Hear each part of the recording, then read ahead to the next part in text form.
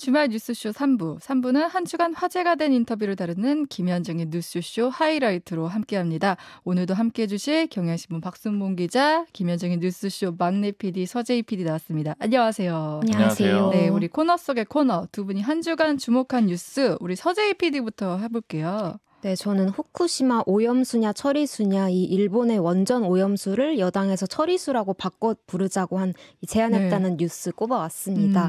자, 얼마 전에 국민의힘 우리 바다 지키 검증 TF가 출범을 했는데 위원장인 성일종 의원이 바깥으로 방류하는 물에 대해서는 이제 처리를 해서 나가는 것이니 오염 처리수라고 쓰는 게 맞지 않을까라고 이야기를 한 거예요.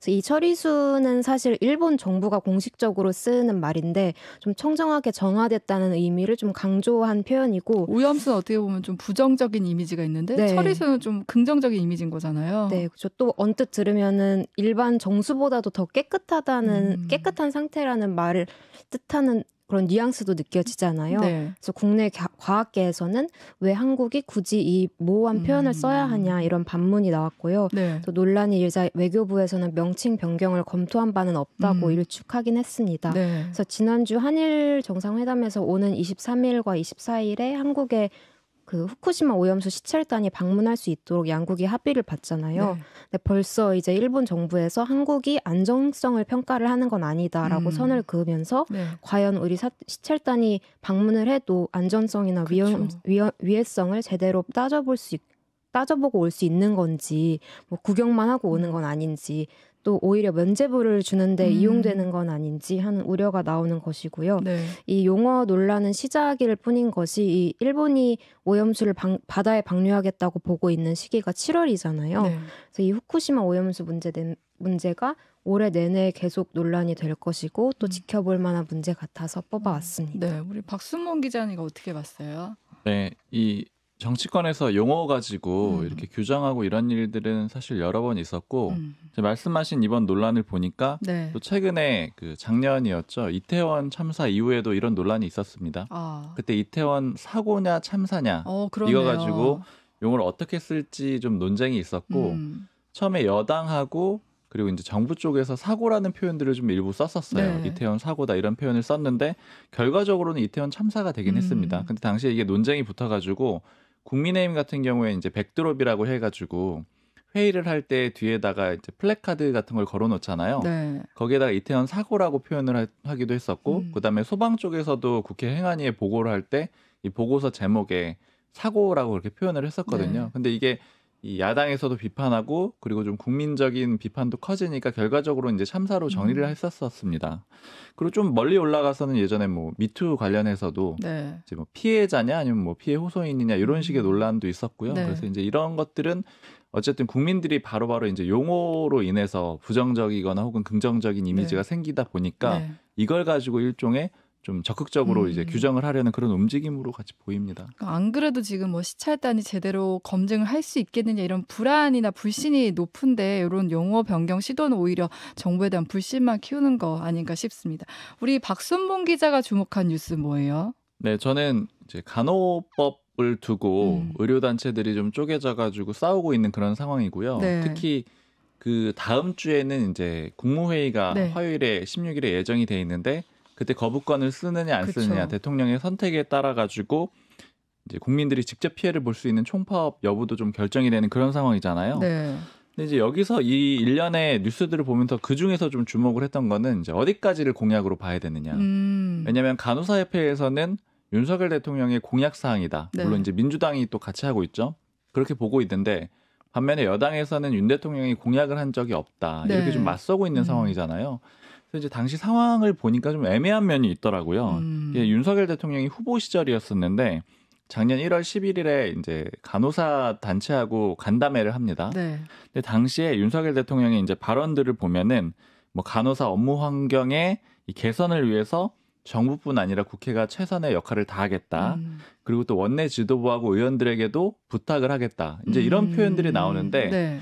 문제는 애매한 지점은 윤석열 대통령이 간호법이란 얘기는 또 안 합니다. 얘기는 안 간호사의 하고 처우 개선 네, 이렇게 얘기를 이제 하고 국회와 이제 의원들에게 부탁을 하겠다 이런 표현들이 나오는데 주체도 정부가 아니고 의회를 얘기한 거예요. 의원들에게 얘기를 하죠. 그런데 또 뒤에 이 플래카드가 뭐가 걸려 있었냐면 이건 이제 간호사 단체에서 달았던 건데 이제 간호법을 통과시켜야 된다라는 그런 취지의 내용이 뒤에 걸려 있어요. 그러니까 이 상황에서 윤석열 대통령이 의원들에게 당부하겠다라고 한 거는 결국엔 이거는 이제 간호법을 염두에 둔 걸로밖에 해석할 수가 없다. 이제 이렇게 보이고요.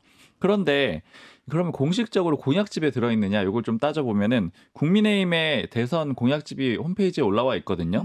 거기 보면 또 없습니다. 그리고 인수위가 발표한 110대 과제 그리고 정부가 발표한 120대 과제가 있는데 또 여기에는 없어요. 그러니까 윤 대통령이 말을 한 거에서는 어느 정도는 간호법을 약속한 것처럼 보이는데 실제 또 문서에는 없는 그런 상황인 거예요. 그래서 이거를 어디까지로 공약을 이제 봐야 될까 이제 이런 좀 고민거리가 생기는 문제라서 한번 짚어봤습니다. 어떻게 보면 이 점은 이제 정치인의 말의 무게를 나타내는 거 아닌가. 이거 쉽게 뱉은 말일 수도 있는데 이거를 듣는 입장에서는 이게 약속으로 기억할 수도 있는 거니까요. 그런 생각이 드는데 간호법 중재안 이제 도출하겠다 했으니까 어떻게 될지 좀 지켜봐야겠고요. 우리 그럼 이제 첫 번째로 만나볼 인터뷰 주인공은 누구예요? 네, 첫 번째 인터뷰는 박지원 전 국정원장인데요. 먼저 이번 주 정치권에서 가장 뜨거웠던 뉴스가 이제 민주당 김남국 의원의 코인 거래 논란이었잖아요. 네. 이제 김 의원이 투자했던 코인의 거래 내역, 뭐 거래 시기나 거래량, 그리고 코인의 종류 등등 이제 매일 새로운 뉴스가 나왔는데요. 이제 김 의원의 해명 과정과 당의 대응 방식을 두고도 여러 논란이 계속됐습니다. 민주당 소속인 박지원 전 국정원장의 월간 인터뷰부터 들어보겠습니다. 자, 그러니까 법적인 차원과 도덕적 차원을 좀 나눠서 볼 때 뭐 법적으로 문제가 있다면 예를 들어 불법 자금이 들어갔다든지 이해 충돌이라든지 이런 뭐 두말 할 것도 없고 김남국 의원 주장처럼 법적으로는 문제가 없다 치더라도 도덕적으로 국회의원의 어떤 윤리적인 측면에서 봤을 때도 이렇게 투기성 짙은 그 종목들에 이렇게 과감한 거액을 투자하는 자체도 문제다 이렇게 보시는 거예요. 그러니까 윤석열 대통령이 검찰총장 출신이기 때문에 모든 것을 국민들을 유무죄로 봐요. 단선적이잖아요. 나빠. 어제도 보면 가짜뉴스 뭐 이런 것만 하잖아요. 김남국 의원도 변호사이기 때문에 먼저 유무죄, 불법인가 그건 아니다. 문제는 국민 정서상 이건 도저히 용납되지 않는 거니까 사과하고 대국민 사과했잖아요. 그리고 당의 진상조사위원회를 만들어서 철저히 조사하고 검찰의 수사가 진행되면은 더 협조를 해서 해라. 그러는데 민주당 내에서도 외부 의원을 포함시켜서 진상조사를 한다고 하고 저는 김남국 의원이 철저히 조사를 받고 만약에 코인으로 돈을 벌었다 하면은 저는 이 소외계층을 위해서 기부하는 그런 모습을 보여야 된다. 저는 어떻게 됐든 지금 민주당이 돈 봉투에 의거해서 또 가상화폐, 코인 이건 국민이 납득 안 해요. 그 말씀은 전략 매각은 뭐 당연한 거고 당연하고 기부해야 된다. 기부해라. 거기서 번 수익이 있다면 그렇죠. 그것이 국회의원의 자세죠. 출세도 하고 돈도 벌고 이건 도둑이지. 아하. 국회의원직 가지면서 또 사익 추구하는 것도 못 놓겠다라고 하면 도둑이에요? 그렇죠. 그건 말도 안 되죠. 아니 둘 다 하려고 하면은 지나친 욕심이잖아요. 탈당 안 하고는 못 베길 거다. 이건 홍준표 시장 말입니다. 탈당 안 하고는 못 베길 거다라는 말까지 나왔는데 그건 어떻게 보세요? 그건 추이를 봐야죠. 만약에 그러한 것이 잘못됐다 하면은 탈당해야죠. 홍준표 시장 말씀이나 제가 드리는 말씀 똑같잖아요.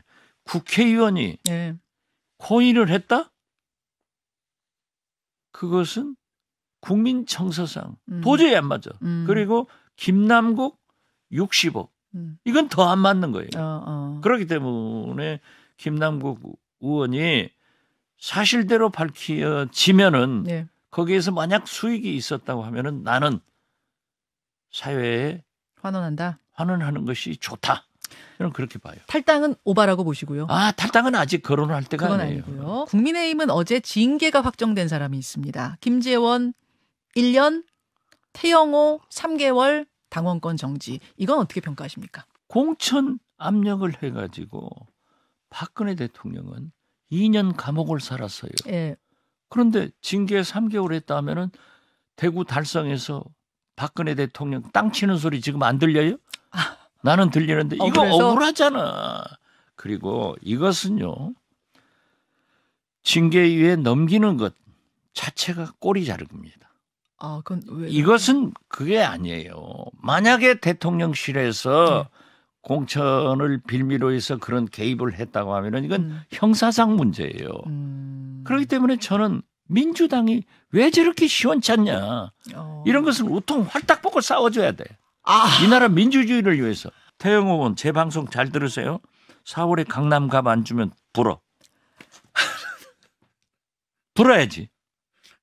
아니 그분은 허언했다고 하시는 분한테 자꾸 뭘 부르라고 그러세요. 아니 그게 무슨 허언이고. 어제 윤석열 대통령 취임 1주년이었습니다. 1년 평가를 좀 함에 있어서 점수를 매기는 일은 워낙 우리가 많이 했으니까 점수보다도 가장 긍정적으로 기억되는 장면 하나, 가장 좀 부정적으로 기억되는 장면 하나씩을 좀 상징적으로 꼽아 보신다면요. 저는 집권한 지 8개월 만에 처음으로 윤석열 대통령이 무엇을 하겠다고 아젠다를 던졌어요. 그게 노동, 교육, 연금, 개혁을 하겠다 하는 것은 진짜 잘하신 거예요. 잘한 건 그 장면. 그건 잘했어요. 어허. 문제의 장면은? 문제의 장면은 외국만 나가면 사고 치는 것.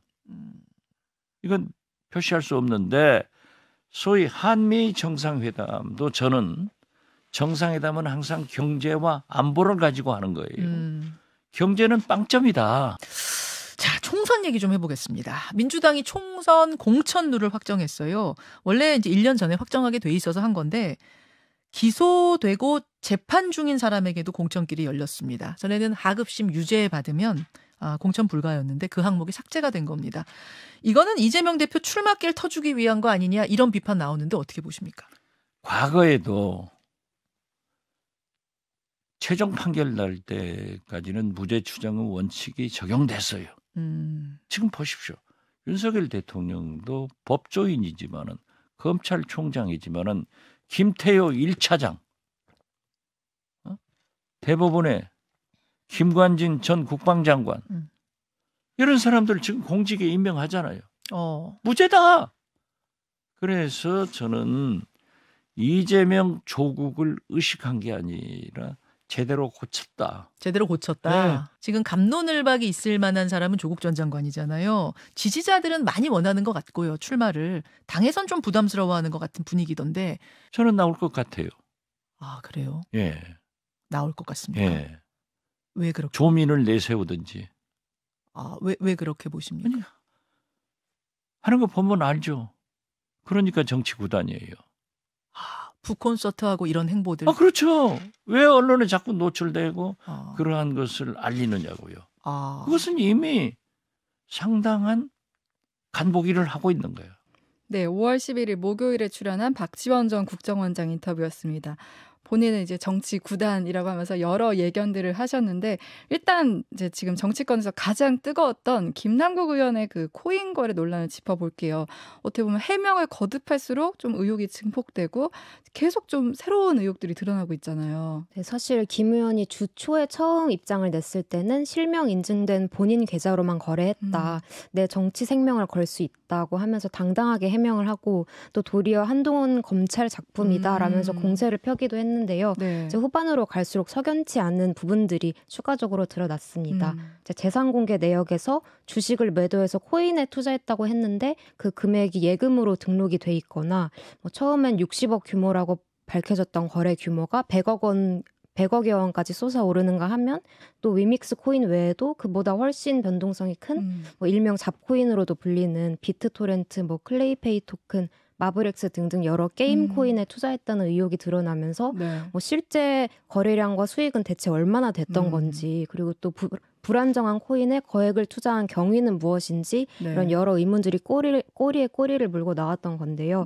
이제 무엇보다 공직자 이해충돌 문제가 지적이 된 부분들이 있었는데 대선 때 이재명 캠프에서 NFT 기반 이재명 펀드를 추진했던 것 또 가상화폐 과세를 유예하는 법 개정안, 그리고 게임머니를 가상화폐로 인정하는 게임산업법 개정안에도 김 의원이 공동 발의자로 참여를 했던 것이 재조명됐어요. 네. 대선 기간에 이렇게 게임 코인들을 띄우는 입법 활동을 했던 정황들을 두고 이제 코인의 자금 출처가 불법 정치 자금이 아니냐, 네. 뭐 로비가 있었던 거 아니냐 이런 의혹도 나오고 있고요. 네. 또 김 의원이 거액의 위믹스 코인에 몰빵 투자를 한 배경에도 어떤 내부 정보나 미공개 정보를 이용했던 게 아니냐 하는 의혹을 받고 있는 건데요. 네. 또 과거에 이제 김 의원이 국회에서 이모와 이모씨를 구분하지 못하고 또 오스트리아와 오스트레일리아를 구분하지 못하는 좀 어이없는 실수를 했던 논란들이 소환이 되면서 네. 의정 활동에도 분명히 차질이 있었을 거다 이런 의혹이 나왔습니다. 또 실제로 김 의원 전자지갑을 분석을 한 결과 지난해와 올해 초까지 김 의원이 뭐 국회 법사위 회의나 한동훈 장관 인사청문회 중에도 거래를 한 기록이 남아 있었고요. 이게 사실로 판명이 되면 국회 의사 일정 중에 좀 사적인 투자를 그쵸. 했다는 거라서 네. 품위 손상에 해당이 되기 때문에 국회법상 징계를 받을 수도 있습니다. 무엇보다 국민의 분노를 크게 살 만한 지점들이 될 수밖에 없는 상황입니다. 그러니까 이 보도가 나오기 한 며칠 전에 천하람 위원장이 한 라디오에 나와서 그때 이모 발언을 왜 한지 이해가 되네요 했는데 진짜 실제로 이틀 뒤에 네.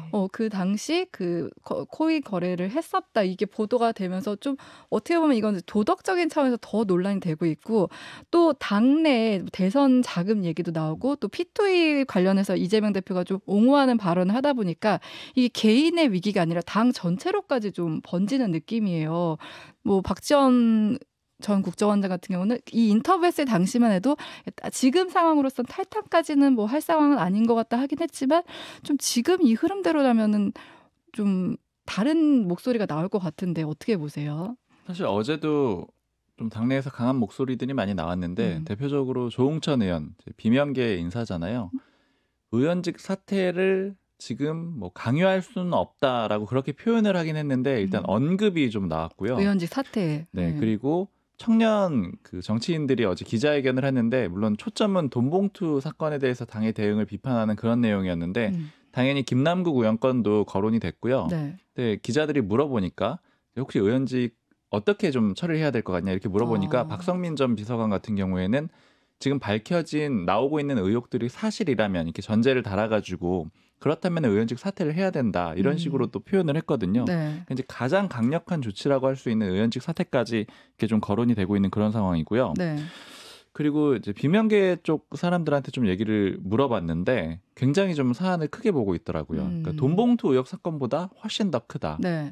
돈봉투 의혹 사건 같은 경우에는 당내 민주주의에 관한 문제라서 역시 굉장히 중요하긴 한데 국민들이 보기에는 그렇게 체감이 되지는 않는 문제라는 거예요. 네. 그런데 김남국 의원의 이 코인 뭐 투자랄까요? 요 사건 같은 경우에는 네. 해본 사람들도 있고 또 젊은 사람들 같은 경우에는 경험을 많이 해봤기 때문에 그리고 또 좀 이제 연령대가 있다고 하더라도 이게 돈에 관련된 문제잖아요. 그래서 많이 체감이 되기 때문에 네. 훨씬 더 크게 볼 수밖에 없다.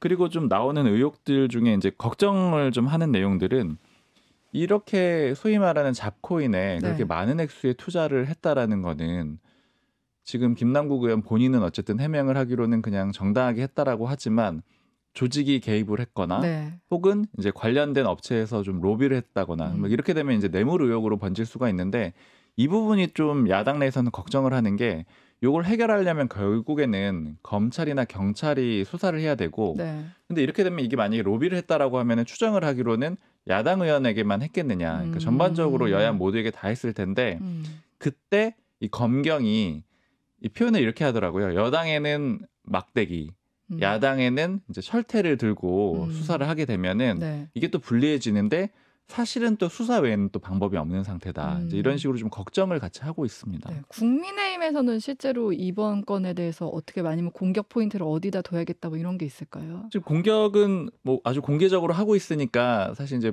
보시면 느끼실 수가 있을 텐데 제가 들었던 좀 인상적인 표현은 법적이고 윤리적인 문제도 있지만 이제 얘기를 잘 안 하는 면인데 공개적으로 얘기를 안 하는 면은 감성적인 문제가 있다. 그러니까 지금 실제로 김남국 의원이 얼마나 돈을 벌었는지는 명확하게 나와 있지는 않죠. 근데 최소한 초기에 국회의원이 될 때 한 뭐 8억에서 9억 정도 있었다라고 하면은 지금 추정은 한 20억 이상 있는 걸로 그렇게 보이잖아요. 물론 이제 최대 액수는 어느 정도였는지는 알 수가 없지만요. 그래서 이런 것들이 그러니까 감성적으로 보자면 이제 국민들이 저렇게 돈을 많이 벌고 네. 이제 이런 것들이 좀 배 아프거나 아니면 좀 네. 안 좋게 보일 수 있다라는 거예요. 그러니까 이런 면들은 국민들 전체적으로 좀 여론이 악화될 수가 있는 면인데 다만 공식적으로 끄집어내서 얘기하기는 비판하기는 어려운 부분이잖아요. 근데 이제 그런 일종의 뭐 효과랄까요? 반사이익 같은 것들도 좀 기대를 하고 있습니다. 민주당이 지금 진상조사단을 꾸렸잖아요. 이 진상조사단에서 좀 어떤 결론이 나올까요? 글쎄요, 이거 뭐 지켜봐야 될 것 같긴 한데 사실 민주당 내부에서도 진상조사단이 그러니까 물론 비명계 쪽의 입장이긴 하지만 큰 역할을 해내기는 좀 어려울 거라고 보고 있는 거예요. 네. 그러니까 결국에는 이제 수사기관으로 끌고 갈 수밖에 없지 않겠느냐 이렇게 네. 보는 거고요.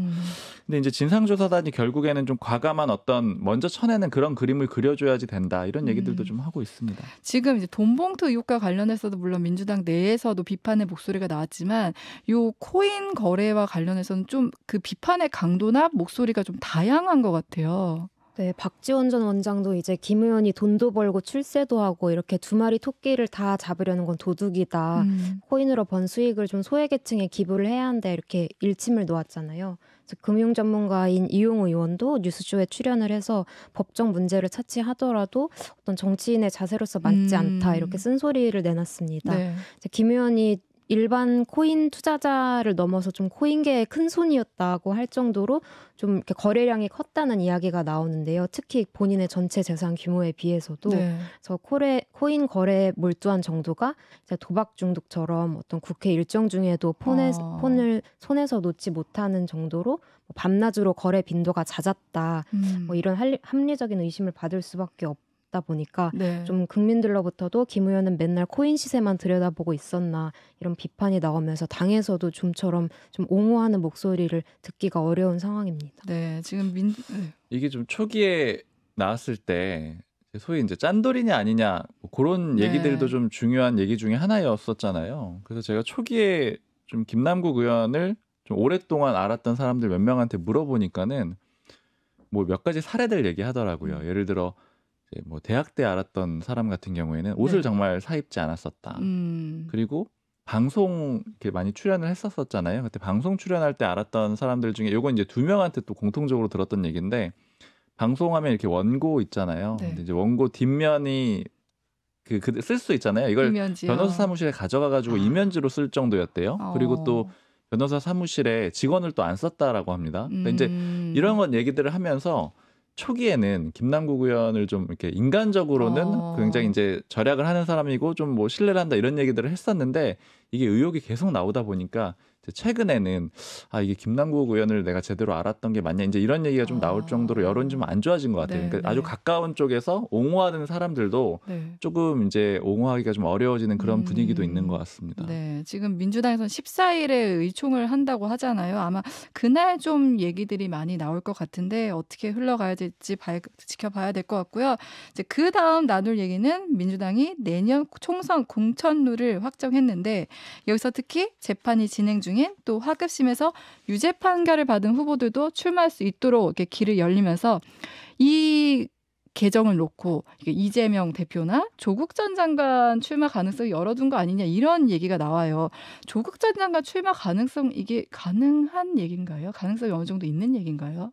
가능성이 없다고 말하기는 어려울 것 같아요. 근데 전반적으로 얘기를 들어봤을 때는 좀 안 나오는 게 낫고 나오기가 좀 어렵지 않겠느냐라는 관측들이 제가 느끼기에는 조금 더 많은 것 같습니다. 왜냐하면 나왔을 경우에 민주당이 좀 압박이 될 수가 있고 그다음에 조국 전 장관을 공천하는 어떤 주체가 있을 거 아니에요. 그러니까 현재 상태로라면 이재명 대표가 될 텐데 이재명 대표가 조국 전 장관을 공천을 하는데 이제 주도적인 역할을 하게 되면은 반발하는 여론도 사실은 굉장히 많을 거 아니에요. 물론 이제 찬성하는 여론도 많겠지만 그만큼 이재명 대표의 그런 입지가 강하냐 그 문제가 한 가지 좀 걸리는 거죠. 근데 현재 상태로는 이재명 대표가 그 소위 말하는 사법 리스크도 있고 이제 재판이 본격적으로 시작이 되기도 했고요. 그다음에 김남국 의원 건 같은 경우에도 물론 떨어져 있다라고도 볼 수 있지만 현재까지는 또 연관성 같은 것들도 계속 의혹을 제기하고 있는 상태잖아요. 결국에는 이재명 대표가 당대표직을 언제까지 수행을 할 것이냐 이제 이런 문제도 같이 연결이 돼 있기 때문에 이 공천을 하는 쪽에서 리스크를 감내하고 하기가 어려울 거다. 그리고 만약에 이제 가정하는 상황이긴 하지만 이재명 대표가 그냥 당대표직을 물러나게 되면 비대위가 출범을 하게 될 가능성이 있잖아요. 그럼 비대위가 조국 전 장관을 공천할 수 있겠느냐. 그러니까 그건 역시도 좀 쉽지 않을 거다 이렇게 보는 관점들이 있고요. 그리고 비명계 쪽에서 지금 이제 나오는 얘기들이 이재명 대표가 이제 여러 가지 안들을 고민하는 걸로 추정을 하고 있는데 플랜 뭐 A, B, C 뭐 이렇게 막 나눠서 얘기를 하더라고요. 근데 플랜 B는 처음에 당초에 이제 12월 29일이 지나면은 전당대회를 이제 기간상 못하고 무조건 비대위가 출범하도록 네. 돼 있어요. 그러니까 최소한 12월 29일까지는 이재명 대표가 대표직을 수행을 할 거다. 네. 이런 식으로 좀 예측을 했었는데 돈봉투 사건 그리고 김남국 의원 건 이런 것들이 터지니까 이 12월 29일까지 가기가 좀 어려워지는 거 아니냐. 그러면 그에 앞서서 만약에 사퇴하게 되면 그건 플랜 C가 되는 건데 비명계 쪽에서 좀 의심을 갖고 있는 거는 지금 공천 룰 만들고 이런 작업들이 플랜 C를 좀 가정을 한 게 아니냐. 미리 대비를 해놓는 거다. 그런 의심을 하고 있고 결국 이 얘기는 어쨌든 이재명 대표가 당권을 강하게 유지하기는 어려운 상황이고 이런 것들이 어느 한쪽이 당권이 강하지 않은 이상은 이 조국 전 장관의 공천이라는 거는 찬성이나 반대가 아주 치열한 거기 때문에 네. 쉽게 하지 못할 거다. 이제 이런 얘기들이 있는 겁니다. 네, 가능성은 있지만 현재 상황에서는 좀 쉽지 않겠다. 지금 이제 박 전 원장이 국민의힘 태영호, 김재원 최고위원의 뭐 징계에 대해서도 얘기를 했는데 이 부분은 잠시 쉬었다 와서 뒤에서 또 얘기해 볼게요. 네, 주말 뉴스쇼 3부입니다. 그럼 이제 우리 두 번째로 만나볼 인터뷰 주인공은 누구예요? 네, 두 번째 인터뷰는 국민의힘으로 가볼 텐데요. 이번 주 수요일에 두 최고위원에 대한 중앙윤리위의 네. 징계 결정이 있었습니다. 이딴 설화로 구설에 올랐던 김재원 최고위원, 또 녹음 파일 유출로 대통령실 공천 개입 논란을 일으켰던 태영호 최고위원, 이 두 사람에 대한 징계가 있었는데요. 아직 뭐 당의 새 지도부가 출범한 지 2달밖에 안 됐는데 벌써 두 자리가 공석이 돼서 7인 체제가 됐죠. 네. 그래서 이제 내년 총선 공천을 앞두고 원내와 원외 인사들 각자의 머릿속이 더 복잡하게 돌아가는 상황인데요. 우선 국민의힘 수석 대변인 유상범 의원 인터뷰 듣고 오겠습니다. 윤리가 아주 신중하게 결정했기 때문에 존중해야 된다. 김의겸 의원의 청담동 술자리 발언이나 소위 짤짤이 발언 같은 경우에 이제 윤리심판원이 아예 기능을 못했는데 저희가 가혹하리 많지 어떤 면에서는 뭐 어떤 그런 부분에 대해서 말에 대한 책임을 묻는 예. 이런 측면에서 보면 저희 당의 자정 능력이 훨씬 이제 두드러지게 보인다. 이런 측면도 저는 보고 있습니다. 예, 설화에 대해서 이 정도 징계를 내릴 수 있다는 부분을 좀 여러분 생각해 주십시오라는 말씀이에요. 네, 다만 이제 이런 거더라고요. 지금 말씀하신 부분 일리가 있는데 두 사람의 일종의 형량을 비교해 봤을 때 설화의 개수로 따지자면 두 분이 비슷해요. 근데 내용으로 따지자면 오히려 태영호 의원의 경우는 정무수석이 일종의 공천 협박했다는 녹취록이 나온 거잖아요. 네네. 이 내용이 사실이라면 사실 엄청난 건데 태 의원은 네. 그게 자신의 허언이었다는 거예요. 일종의 거짓말이었다는 거예요. 네네. 그러면 맞습니다. 정치적으로 엄청난 파장을 낳을 수 있는 거짓말을 한 사람이 오히려 더 가벼운 징계를 받았다? 이거는 뭔가 아이러니하다? 이런 반응이 나올 수 있거든요. 네. 어떻게 보세요? 근데 이제 윤리가 이제 당의 사법부의 역할을 하긴 합니다. 근데 잘 아시다시피 어떤 당원들의 말이나 행동이 예. 국민적인 신뢰를 손상하고 그를 통해서 당의 위신을 손상시키고 하는 경우에 예. 그에 대한 정치적 책임을 묻는 것이 윤리의 역할입니다. 예. 그렇다면은 태영호 최고위원의 발언이 주는 그 파장은 훨씬 큰 측면이 있지만 본인이 스스로 최고위원이 돼서 특히 이제 탈북민의 최초의 최고위원 아닙니까? 예. 그런 상징성이 있고 2개월밖에 안 된 상황에서 그리고 그 어떤 책임감을 느끼고 또한 당내의 어떤 사퇴 여론에 대한 그 과정을 지켜보면서 본인이 책임을 지겠다는 자세를 보인 겁니다. 결국 최고위원 사퇴라는 게 좀 예, 그렇습니다. 그러니까 그러한 태영호 의원의 선당 후사의 모습, 예. 정치적 책임을 지겠다는 자세의 모습 이런 부분이 상당히 감안되지 않았겠나. 뭐 이렇게 좀 생각을 합니다. 거짓말이라고 해줘서 고마워 이래가지고 봐준 거 아니냐 뭐 이런 얘기도 있어요. 예, 근데 저는 그 부분에 대해서는 태영호 의원의 그 인품이나 그분의 성장 과정을 보면 이런 게 있습니다. 엘리트 외교관으로서 했고 정치 활동을 별로 한 분이 아니에요. 예. 그러니까 대놓고 거짓말 자기가 그 거짓말을 했다고 인정함으로써 오는 후폭풍을 누구보다도 잘 아는 분인데 거기서 스스로 인정을 했다는 것 자체가 마치 그 거짓말을 통해서 무슨 정치 생명을 연장하겠다 이렇게까지 갈 수 있는 분은 아니라고 생각합니다. 워낙 정치활동 경험이 또 작지 않습니까? 알겠습니다. 네. 김재원 최고위원은 일단 자신의 SNS에 당에 송구한 마음이다. 이렇고 앞으로도 우리 당과 나라의 보탬이 되는 일을 찾아서 계속하겠습니다. 이렇게 딱 두 문장 올렸습니다. 네. 유 의원님. 김재원답죠? 김재원답다? 네, 저는 그렇게 생각합니다. 40년 지기이기 때문에 김재원 의원이 정치 과정에서 참 부침이 많은 것을 저는 옆에서 지켜봤습니다. 뭐 아시는지는 모르겠지만 김재원이 20년 동안 5번의 공천 탈락 고배를 마셨거든요. 맞아요. 예, 예. 그런 많은 과정을 겪으면서 제가 알기로는 그 과정 속에서 본인이 억울하다고 하더라도 남에게 무슨 책임을 돌리거나 비난하는 걸 본 적은 없는 것 같습니다. 가처분 신청을 하거나 탈당을 하거나 이런 식의 행동을 하지 않을 거라는 건 뭐 누구나 인정을 할 겁니다. 그리고 뭐 그런 행동으로 가지 않을 것으로 저는 생각을 합니다. 근데 최고위원직을 좀 사퇴해달라, 자진 사퇴해달라는 당의 요구들이 안팎에서 있었는데도 안 하셨잖아요, 김재원 쪽. 그걸로 봐서는 그 가처분도 가는 거 아니야? 뭐 저 SNS는 저렇게 올렸지만 가처분 신청하고 무소속 출마하고 이렇게 가는 거 아니야라는 관측도 있거든요. 여러 가지 논란이 되는 과정에서 수차례 김재원 의원이랑 통화도 하고 만나기도 했는데 예. 본인이 가지고 있는 것은 있는 그대로 담담히 맡겠다. 내가 어떤 뭐 절충을 하거나 이런 과정을 겪지 않겠다는 자신의 강한 정치적 철학이 있더라고요. 태영호 최고가 사퇴한 자리는 이제 전국위를 열어서 곧 채우게 될 텐데 네. 복수로 경선을 하는 방식과 지도부가 단수 추천한 뒤에 찬반 투표하는 방식, 뭐 이렇게 방식이 좀 열려 있더라고요. 어느 쪽이 낫겠습니까? 총선 일정이 빠듯하거든요.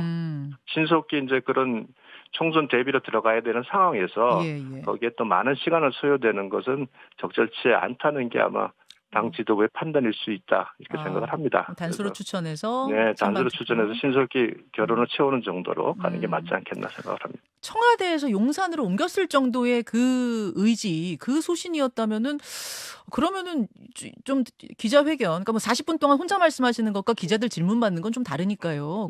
그런 정도 소통은 기대하는 국민도 많았거든요. 변화가 올 것으로 보입니다. 지금 전체 다시. 그 무슨 말씀이실까요? 그러니까 지금 요번에 이제 기자회견 프레스 투어를 하시면서 말씀을 여러 가지 이제 대화를 나누셨잖아요. 거기서 소통을 하셨고 또 제가 오찬 같이 가면서 어떤 기회를 좀 자주 갖겠다는 말씀도 하셨기 때문에 조금은 이제 변화가 있을 것으로 저도 생각을 합니다. 혹시 지금 그러니까 도어 스태핑을 하셨다가 여러 가지 또 문제가 발생하지 않았습니까? 뭐 쓰레빠 항의 등 뭐 이런 게 있고 하니까 이게 이제 형식을 좀 바꿔가지고 어떤 식으로든 좀 소통, 언론과의 소통을 조금 더 확대하시려는 그 얘기들이 조금씩 흘러나오고 있습니다. 그래요? 그러면 다시 정비해서 도어 스태핑, 뭐 매일은 아니더라도 도어 스태핑과 유사한 혹은 도어 스태핑을 다시 재개할 수도 있다? 네, 그거 아니죠. 구체적인 방법까지는 아직 제가 듣진 못했고 조금 변화가 필요하다는 얘기들이 나오고 있기 때문에 그 부분은 또 어느 정도 인식하실 것으로 생각을 하고 있어서 저도 이제 어느 형태의 그 소통의 변화가 있을 것으로 이렇게 생각한다. 지금 현재는 뭐 구체적인 것은 아니고 막연한 정도의 예상입니다. 알겠습니다. 네. 한 2분 정도 시간이 남았는데 어제 홍준표 시장하고 이재명 대표 만났어요. 유 대변인님. 홍준표 시장께서 김기현 대표가 옹졸해서 말을 잘 안 듣는다. 또 정치를 잘 모르는 사람들이 대통령실에 있다. 저는 이 얘기 듣고는 이거 이재명 대표가 하신 말씀인 줄 알았더니 홍준표 시장이 하신 말씀입니다. 당에서는 어떻게 들으셨어요? 뭐 짧은 시간 대하고 나면서 아마 이재명 대표가 회심의 미소를 짓고 나오지 않았을까. 네. 그래서 어떤 홍준표 대표께서는 제가 보기에는 이재명 대표가 의도했던 정치적 목적을 다 달성해 주신 것 같습니다. 이재명 대표가 그거 노리고 간 거 아니냐 그 생각을. 뭐 거기까지는 기대를 안 했을 것 같은데요. 그래도 사실 이재명 대표가 알겠습니다. 시장을 직접 방문하는 그 모습, 야당 대표가 그 여당 시장 이거는 굉장히 존중하는 그 모습을 알겠습니다. 해서 의도를 했던 거 아닌가 싶습니다. 고맙습니다. 네, 5월 11일 목요일에 있었던 국민의힘 유상범 수석대변인 인터뷰 듣고 오셨습니다. 뭐 아까 서재희 PD 소개한 대로 이번 주 국민의힘에서는 태영호, 김재원 최고위원 그 윤리위 징계 이슈가 가장 이슈였는데 그 징계 전 자진 사퇴한 태 최고위원은 당원권 정지 3개월, 그리고 김재원 최고위원은 당원권 정지 1년. 총선 출마도 지금 이제 국민의힘 소속으로는 어렵게 된 거잖아요. 김재원 최고위원 근데 아직 뭐 크게 입장을 내놓은 건 없는 거죠? 네, 태영호 최고위원은 이제 말씀하신 것처럼 미리 자진 사퇴를 택함으로써 본인의 다음 총선 공천 가능성을 열어뒀고 그에 따라 윤리위 결정을 수용하겠다 바로 메시지를 냈는데 김 최고위원은 이제 송구하다는 말만 했다는 점이 좀 주목이 되기도 했어요. 근데 그렇다고 해서 김 최고가 결정에 불복할 가능성이나 징계 취소, 가처분 소송을 낼 가능성은 아직까지는 뚜렷하진 않은데요. 유상범 의원이 이야기했던 것처럼 김재원다운 행보, 여러 비가 닥쳐도 그때 뭐 결단이나 처세를 잘해서 자기 돌파구를 잘 찾아낸다는 건데 또 특히 국민의힘에서 이준석 전 대표 사퇴가 불과 작년이기도 했고요. 그런데 또 이제 곧 새 최고위원 선출이 시작이 되면은 당 재정비도 시작이 될 것이고 특히 친윤계가 보궐선거에 전면에 나서면은 갈등이 재점화될 가능성도 남아 있습니다. 네, 그 유상범 의원이 뭐 김 최고위원은 탈당하고 그럴 사람은 아니다 이런 식으로 얘기했는데 전 일종의 좀 막을 쳐놓는 느낌도 받았는데 실제로 뭐 유상범 의원과 김재원 최고위원 좀 관계가 깊은가요? 네.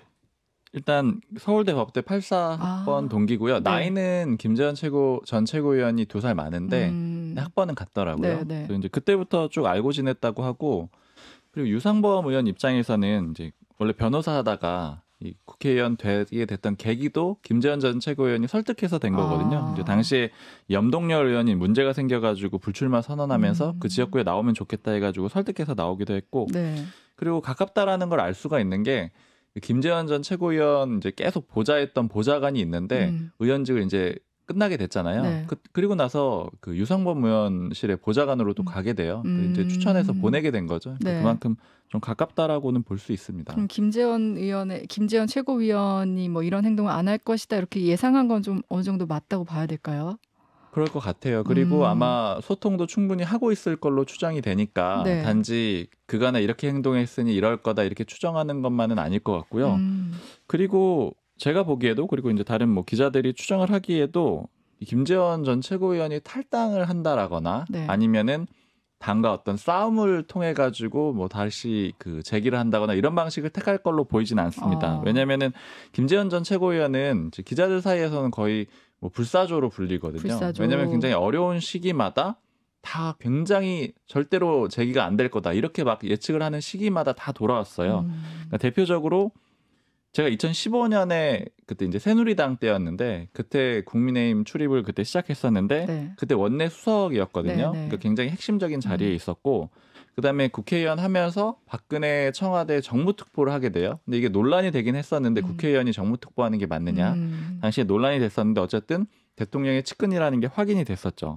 그런데 그 다음에 2016년 총선에서 경선에서 져요. 김종태 의원한테. 져가지고 이제 밀리게 되고 당시 나왔던 얘기가 중앙정치하면서 지역구 관리 좀 잘 안 하고 뭐 이러면서 밀렸다 이런 얘기들이 있어서 총선에서 떨어져서 어려워졌겠거니 생각을 했는데 또 청와대 정무수석으로 다시 화려하게 복귀를 하고요. 그러니까 뭐 이런 과정들이 쭉 있는데 나중에는 이제 김종태 의원이 또 의원직을 상실을 하게 됩니다. 아까 그 경선에서 이겼다라고 했던 사람이요.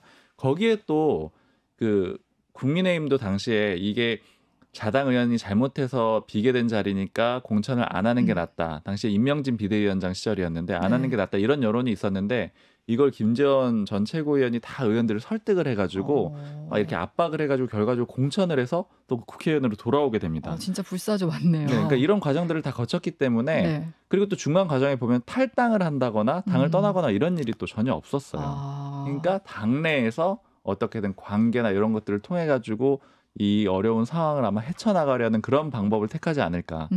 그리고 태영호 전 최고위원 같은 경우에는 결국에는 당 지도부의 뜻을 따른 거잖아요. 네. 근데 김재원 전 최고위원의 전략은 자신의 지지층, 그러니까 당원들 일부를 또 따른 그런 방식이거든요. 그러니까 아마 그걸 통해서 돌파하려고 할 걸로 보입니다. 그리고 이제 뭐 태영호 의원 얘기하셨으니까 박지원 전 원장이 태영호 의원이 강남 갑구로 공천을 안 주면 그때 이제 또 터질 거다. 뭐 지금 혹자들은 이게 3개월 당원권 정지라고 해서 총선 출마 가능성을 열어놨지만 이걸 뭐 형식적으로 열어준 걸로 볼 수 있다. 이런 얘기도 하는데 실제로는 좀 어떻게 봐요? 그 태영호 의원 쪽 얘기도 좀 들어보고 김기현 대표 쪽 얘기도 들어봤을 때 당초에 어쨌든 자진 사퇴를 하면은 3개월. 요거는 이제 어느 정도 좀 얘기가 계속 나왔던 거예요. 네. 이제 3개월의 의미를 좀 따져볼 필요는 있는데 그 태영호 의원 쪽에서 생각을 하기로는 6개월이 좀 되게 애매하다. 그러니까 징계 결정 나오기 전에 그런 얘기를 했었거든요. 왜냐하면 6개월이 나오게 되면은 물론 이제 총선에 도전을 할 수는 있는데 너무 중징계이기 때문에 강남을 다시 준다라는 거는 사실은 굉장히 어려울 거다. 네. 그래서 사실은 이제 이 여권에서 나오는 얘기들은 뭐냐면은 이번에 이제 징계 있기 전부터 그랬어요. 그러니까 만약에 이제 징계가 없었다고 하더라도 강남을 2번 받는 건 좀 쉽지가 않다. 그때 네. 처음 받을 때도 반발의 목소리도 있었거든요. 네. 그래서 태영호 의원이 고려하고 있는 지역구가 이제 얘기가 돌았던 게 경기도 지역에서 좀 접경 지역 있잖아요. 그러니까 북한이랑 좀 가까운 네. 지역, 혹은 이제 강원도에서 예를 들자면은 그 강원의 춘천, 철원, 화천, 양구군 이쪽이 한기호 전 사무총장이 하는 지역구인데 네. 한기호 총장은 이제 안 나올 거거든요. 이 지역구가 비게 되기 때문에 여기가 또 공석이에요. 네. 여기가 또 싸워볼 만한 지역구거든요. 그러니까 강원도에서도 역시 좀 북한이랑 가까운 접경 지역. 네. 그러니까 강남이 아니라 이 두 지역도 고려를 하고 있다 이런 얘기들이 있었기 때문에 네. 아마 지금 이제 3개월이니까 일단은 아마도 강남을 받고 싶겠죠. 강남을 받고 싶고 이제 노력을 하긴 할 텐데 그러나 지금 이제 어쨌든 좋은 상태로 네. 도전을 하는 게 아니고 사실은 좋은 상태여도 안 된다라고 하는 게 강남 2번 공천이거든요. 네, 네. 그러니까 아마 이쪽으로 3개월 정도면은 이쪽으로 우회하는 쪽으로 그렇게 좀 방향을 잡지 않았을까 이렇게 해석이 됩니다. 네, 태의원 움직임도 이제 저희가 좀 눈여겨봐야겠네요. 그리고 이제 지금 거리된 태의원 몫에 이제 최고위원 한 석을 채워야 되는 거잖아요. 근데 이 지금 유상범 의원 같은 경우도 지금 단수를 추천해서 신속히 결혼을 채우는 게 좀 맞지 않겠냐 이런 생각을 얘기를 하셨는데 이렇게 할 경우 좀 파장이 있지 않을까요? 결국 비윤계 쪽에서 비판적인 목소리를 낼 가능성은 높은데 네. 그러나 어쨌든 지도부 내에서는 대략적인 분위기는 만들어져 있는 것 같아요. 제가 그 최고위원, 모 최고위원한테 물어보니까 좀 어느 정도 방향을 정했느냐 이렇게 물어보니까 아직 결정은 못했는데 이렇게 얘기하더라고요. 2가지 조건 얘기하더라고요. 원내에서 해야 될 것 같고 그다음에 지역 안배를 좀 해야 될 것 같다. 지금 최고위원 중에 원내 인사들이 좀 많으니까 이제 원내 의원을 좀 포함시키는 게 좋을 것 같고 네. 그다음에 안배 얘기를 했는데 근데 이제 요 얘기로 들어봤을 때는 저는 그러면 이게 이용호 의원이 떠오르더라고요. 그러니까 물론 이제 지역 안배라는 게 수도권 안배할 수도 있긴 한데 호남 쪽 그렇죠. 네. 근데 수도권을 굳이 따져보자면은 지금 최고위원 중에 김병민 최고위원 같은 경우에는 수도권이기는 하거든요. 네. 그럼 호남이 전혀 없다라고 볼 수가 있고 지역 안배에서 가장 상징성이 있는 건 호남이니까 네. 이용호 의원이 좀 해석이 되고 그리고 또 최근에 홍준표 시장하고 이재명 대표 만났을 때 네. 이용호 의원이 굉장히 적극적으로 비판을 했잖아요. 정치인들이 뭔가 글을 쓰고 말을 하기 시작한다. 그러니까 평소에 안 하던 사람인데 하기 시작한다. 이거는 뭔가 선거 내지는 어떤 주요한 행보가 있다라고 해석을 하는 게 일반적이거든요. 나 여기 있어요. 좀 보여주는 그렇죠. 거죠. 네. 그러니까 결국 이용호 의원이 이 딱 시점에 맞춰서 이런 얘기를 한 걸로 봐서도 본인도 좀 관심이 있지 않겠느냐. 이제 이런 것들 정확히 봤을 때 좀 유력해 보입니다. 네. 그리고 뭐 이번 주 윤석열 대통령 취임 1주년이었잖아요. 여러 매체에서 여론조사 발표를 했는데 어때요, 지지율은? 취임 1년 여론조사가 여러 개가 나왔는데 전반적으로 국정운영 지지율은 30% 후반대를 보였는데요. 네. 하나 살펴보자면 11일에 나온 MBS 조사 8일에서 10일까지 전국 성인 1,007명을 대상으로 조사한 건데 윤 대통령 국정운영 긍정평가는 직전 조사에 대비해서 4%포인트 상승한 36%가 나왔고 부정평가는 2%포인트가 내린 55%가 나왔습니다. 그래서 부정평가 이유로는 독단적이고 일방적이어서라는 응답이 35%로 가장 많았고 네. 그 외에 뭐 경험과 능력 부족, 인사 문제 등이 꼽혔고요. 이제 긍정평가가 30%대 박스권을 벗어나지는 못했지만 그래도 소폭 상승세를 보이면서 뭐 지난 4월 한미정상회담과 이번 달에 기시다 총리 답방을 했었던 네. 한일정상회담 이에 대한 국민평가도 찬반은 좀 팽팽하게 갈리지만 영향이 있었던 걸로 보입니다. 네. 그리고 또 같은 조사에서 내년 총선에서 어떤 정당을 선택할 거냐라는 질문에 정부 여당에 힘을 실어줘야 한다는 응답이 44%, 그리고 야당에 힘을 실어줘야 한다는 의견이 43%로 되게 팽팽했고요. 네네. 정당 지지도 역시 이제 국민의힘은 32%, 민주당은 29%로 지지세가 엎치락뒤치락하는 상황입니다. 네. 이번 주에 김 의원 코인 논란까지 야당의 악재가 좀 터지면서 하락세를 이어가게 될지 혹은 또 이번 주말에 예정된 쇄신 의총을 시작으로 돌파구나 출구 전략을 마련할 수 있을지 지켜봐야겠습니다. 네, 이 여론조사의 자세한 내용은 중앙선거 여론조사 심의위원회 홈페이지를 참조하면 됩니다. 지금 뭐 부정평가의 이유로 소통 부족 뭐 이런 얘기를 했는데 또 실제로 이제 그 기사들에서도 그러니까 1년 기획 기사들이 많이 쏟아졌는데 거기서도 뭐 정치의 실종, 소통 부족 이런 게 많이 좀 지목되긴 했어요. 근데 이번에 뭐 윤석열 대통령 취임 1년 맞아서 기자실을 찾기도 했는데 이번에 좀 이슈가 됐던 게 그러니까 보통 취임 1년 기자회견을 하는데 이번에 왜 안 한 거냐 이런 얘기가 나왔는데 왜 안 한 거예요? 좀 그런 자리, 그러니까 도어 스태핑 비롯해서 기자회견 같은 게 이제 좀 돌발적으로 질문들이 나올 수 있잖아요. 네. 그러니까 이런 상황들을 지금 지난 몇 개월 동안 좀 통제를 해봤던 거잖아요. 그러니까 결과적으로는 그게 득이 더 많다라고 지금 판단을 한 걸로 보이고요. 네. 왜냐면 사실은 도어 스태핑을 할 때도 그렇고 시작할 때도 그렇고 하던 중간에도 그렇고 여건에서는 안 하는 게 낫다 이런 얘기들이 많았고 사실은 고민들이 굉장히 많았어요. 네. 아니면 차라리 오후에 하면 어떻겠냐. 왜냐하면 아침에 나오자마자 바로 모든 안건을 소화하기가 좀 힘드니까 오후에 하면 어떻겠냐. 뭐 이런 여러 가지 고민들이 좀 있었거든요. 그러니까 결국 이런 식의 자리는 좀 대통령이 자신 없어하는 것 같다 이런 얘기도 있는데 뭐 대통령실 기자한테 좀 들은 얘기인데 이제 같이 간담회하고 그렇게 할 때 보니까 대통령이 시간도 좀 1시간 정도 충분히 같이 보내고 그 떡볶이랑 김밥 먹으면서 같이 오찬 간담회 했잖아요. 네. 근데 그런 자리에서는 또 굉장히 좀 적극적이더라는 거예요. 그래서 이제 느끼기에는 대통령이 좀 자만추를 좋아하는 것 같다. 자연스러운 만남을 훨씬 좋아하는 것 같다. 그래서 네. 좀 기자회견이라던가 그런 딱딱한 자리에서 질문받고 이런 거는 좀 주요 전공이 아니라고 생각을 하는 것 같다. 네. 이제 이런 게 한 부분이 있고 그다음에 참모진들 같은 경우에는 리스크를 줄인다는 측면에서 좀 그런 선택을 한 게 아닌가 해석이 됩니다. 그리고 이제 이번 주에 그 윤석열 대통령이 여당 지도부도 만났고 이제 여당 지도부를 지금까지 뭐 7번 만났다고 하잖아요. 근데 야당 대표를 한 번도 안 만난 것에 대한 지적도 많이 나왔어요. 그런데 이재명 대표가 이제 홍준표 대구시장을 찾아서 좀 이 장면이 좀 화제였잖아요. 뭐 좀 너무 화기애애했던 것 같아요. 네, 이제 취임 1주년을 맞이했지만 이제 이재명 대표와의 영수회담은 한 번도 진행이 되지 않은 상황인데 그래서인지 이 대표와 홍준표 시장이 대구시장이 만났어요. 이제 말씀을 하신 대로 서로 손을 잡고 안내를 하는 등 좀 이례적인 장면이 연출이 되기도 했고요. 이제 이 자리에서 홍 시장은 정치를 모르는 사람들이 대통령실에 있다. 그리고 당대표가 옹졸해서 말을 잘 안 듣는다. 이런 발언을 했는데 네. 이제 얼마 전 김기현 대표가 홍 시장을 당 상임고문에서 해촉을 했었고 네. 또 그 결정 뒤에 대통령실이 있었다. 이런 논란이 있었는데 그에 대한 앙금을 좀 표출한 것으로 보이고요. 네. 예, 김 대표는 그냥 그런가 보다 한다라고 하면서 애써 시큰둥한 네. 좀 흔들리지 않는 모습을 보이려고 했습니다. 이용호 의원은 홍준표 시장에 대해서 마음 꼬인 시아버지다. 네. 이렇게 비유를 하면서 좀 당내에서 밉상이 되어버린 그럼에도 또 지도부에서 어쩌지 못하는 중진으로서의 독보적인 캐릭터를 보여줬습니다. 진짜 홍준표 대구시장의 이 메시지는 어떻게 봐야 돼요? 우리 예전에 박순봉 기자가 이제 김기현 대표와 홍준표 시장의 과거 구원 이런 네. 얘기도 했었잖아요. 일단 감정적인 건 분명히 있는 것 같고요. 두 축으로 나눠봐야 될 것 같아요. 김기현 대표 내지는 현 지도부 한 축이 있고 그다음에 윤석열 대통령 혹은 이제 대통령실 이렇게 양축이 있는데 제가 홍준표 시장 쪽 사람들한테 좀 물어봤더니 네.